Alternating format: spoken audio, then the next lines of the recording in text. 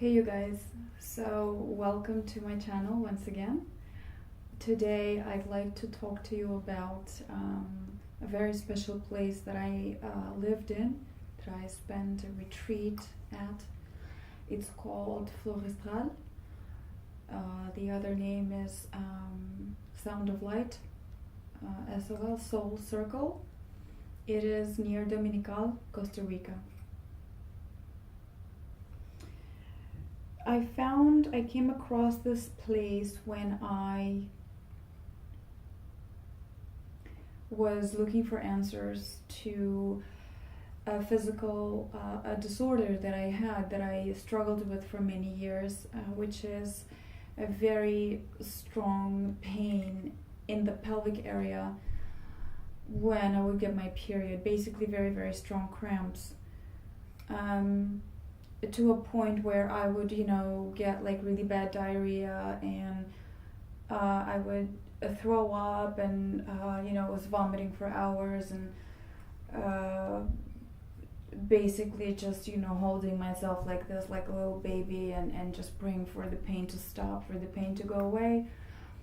And also a very, very strong pain during ovulation, which is the beginning of the reproductive cycle for women. And every time I would be at the hospital, the doctors would do all the analysis they could, and they couldn't find anything wrong with me because physically I was super, super healthy. So it was very confusing, and I knew that at that point I had to basically face that it was something in the etheric body, the energy body, something in the karma, something that I was yet to find answers as to heal. And also I was very baffled with, being from here, being from Moscow. I would, every time I'd be at the hospital for that pain, the doctors, every time you go for an analysis, the doctor asks you, are you sexually active, is kind of like the translation that you could make to the Russian equivalent. And I was always baffled by that question. I would start going back in my mind, am I sexually active? Was I sexually active? How do you consider, what is being sexually active to you? How do you guys define being sexually active? What do you think?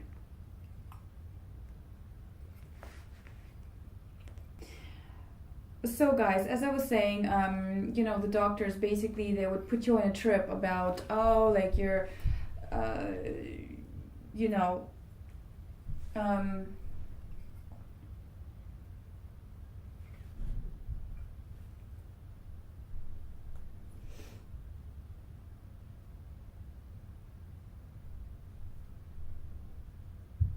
So basically, at the Russian hospital, what they do is they ask you if you're sexually active or not.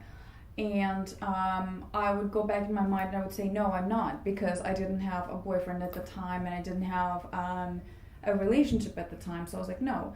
And then they would, they would basically do an ultrasound of the pelvic area with a normal ultrasound machine versus like a phallic kind of stick kind of thing that they put a condom on, and then they basically put it between you, they put it inside you, and that's how that's how the ultrasound goes.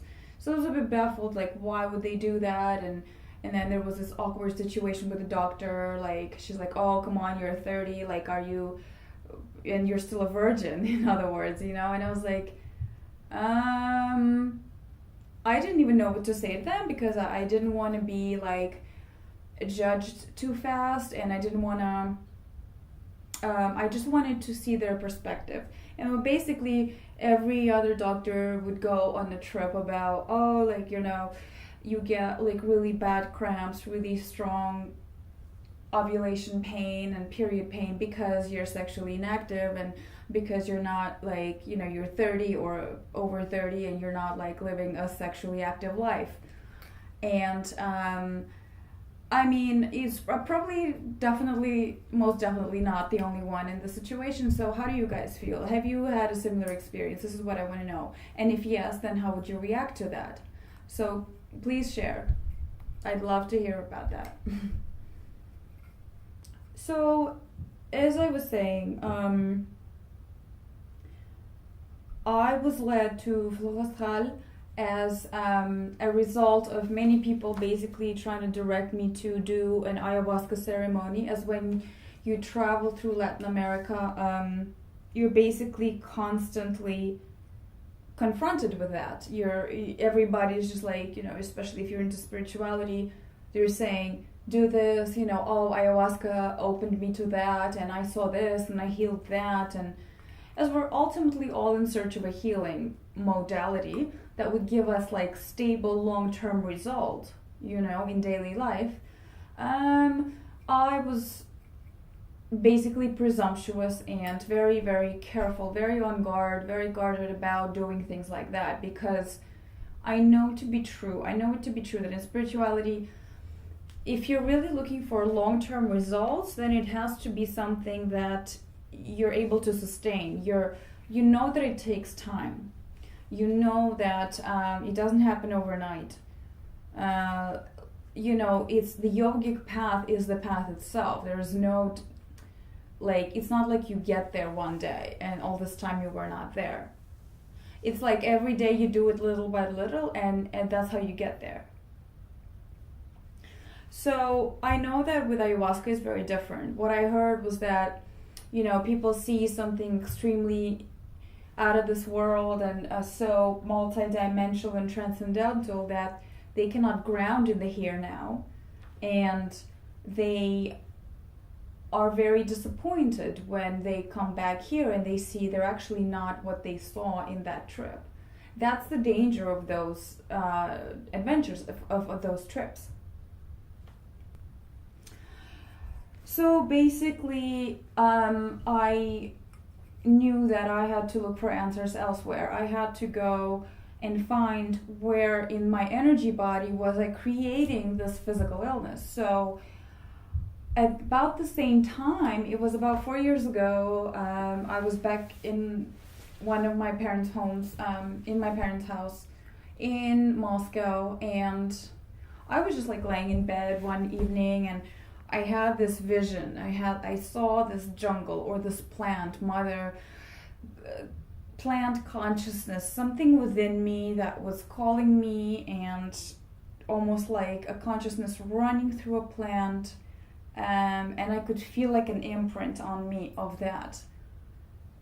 So I just had this very, very strong calling. I was like, go to Colombia, go to the jungle, go be in the jungle, go sit there with the consciousness, with the plant knowledge. Why Colombia? I don't know. It was just a calling. So basically, I went into this trip, and I, it was very important that you wear white for the ceremony. You have to fast. There are certain foods that you can eat and cannot eat 3 days before the ceremony. It's important that you hydrate very well. You have to set a very clear intention for the trip. You have to set a very clear intention and knowing of what you expect and what you expect to heal and find on that journey. So it's a healing journey. It's not even the trip is not the right word. I mean, it's a healing journey, That's what it's all about. So as I was saying, it just so happened that the day, I think it was the day of my either 27th, 28th birthday, and they just happened to have a ceremony on that night. It was right after the Envision festival. Envision is the other thing that I'm going to talk about in one of my upcoming episodes, so watch out for that. But for now, I'm just going to get back to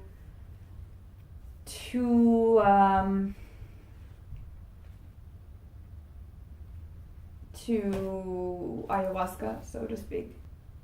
And so, I mean, this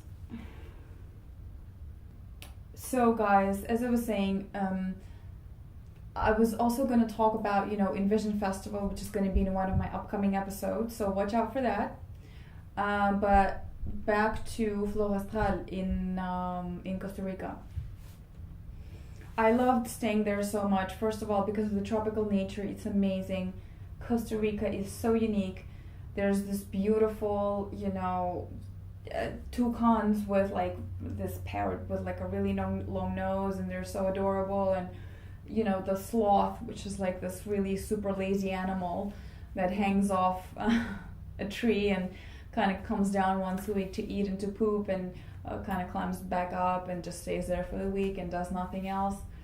Manuel Antonio, which is this beautiful natural park, amazing beaches, surfing. Papayas and pineapple basically grow in Costa Rica 4 times a year without you having to do anything, So the music there was so beautiful. One of my favorite songs that just came up to me today was Humble. As you know, humble, the opposite of arrogant. You need to be humble when you're on a spiritual path. That's being humble.